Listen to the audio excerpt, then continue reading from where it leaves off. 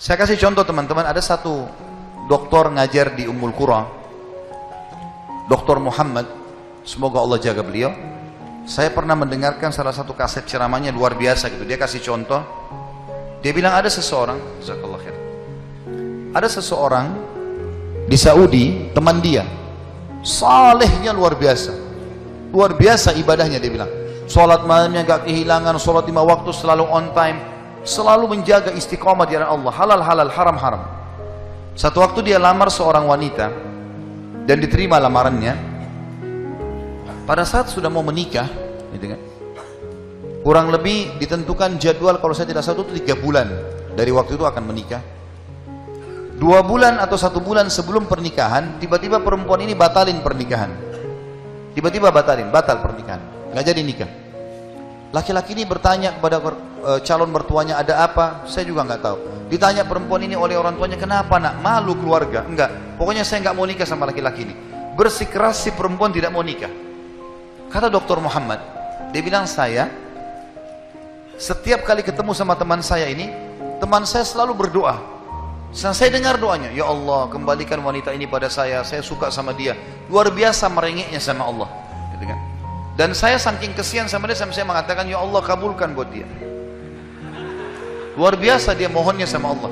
Tapi uniknya kata Dr. Muhammad, enggak dikabulkan, enggak dikasih sama Allah. Sampai tiba hari H pernikahan yang ditentukan tanggalnya, perempuan ini akhirnya memang dia tunggu waktu itu, ada laki-laki lain lamar, diterima sama dia. Diterima pada saat itu. Diterima lamaran laki-laki baru. Waktu sudah menikah sama laki-laki itu, si orang soleh ini, temannya Dr. Muhammad, berhenti berdoa. Ya selesai, jadi istrinya orang, nggak boleh kita doa lagi kan.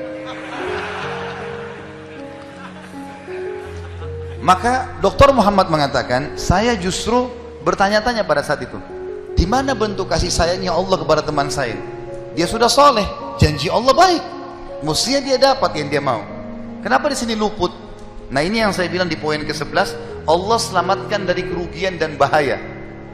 Ternyata dia bilang, justru setelah perempuan itu nikah sama laki-laki yang jadi suaminya sekarang, saya baru tahu bentuk kasih sayangnya Allah pada teman saya. Karena ternyata baru sebulan menikah, perempuan ini periksa ke dokter, dia punya sakit di dada sebelah kanannya, maaf di payudara sebelah kanan. Dokter memvonis kena kanker payudara yang kronis, harus dipotong.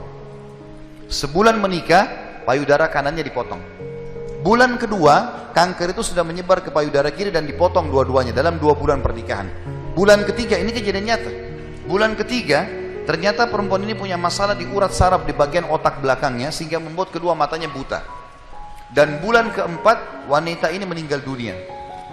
Kata dia, Dr. Muhammad bilang, subhanallah, kalau teman saya yang jadi suami dia, maka dia tidak akan menikmati pernikahan. Tapi Allah selamatkan dia dengan caranya. Jadi kadang-kadang ada yang luput dari kita. Kita sudah mohon sama Allah, Allah belum kasih. Kalau Allah tidak kasih, teman-teman yakin itu baik buat kita. Jangan sangka buruk sama Allah. Sebaliknya, kalau kita minta sesuatu yang besar kepada Allah, tidak ada yang mustahil. Yang penting kita merengek dan manja kepada Allah.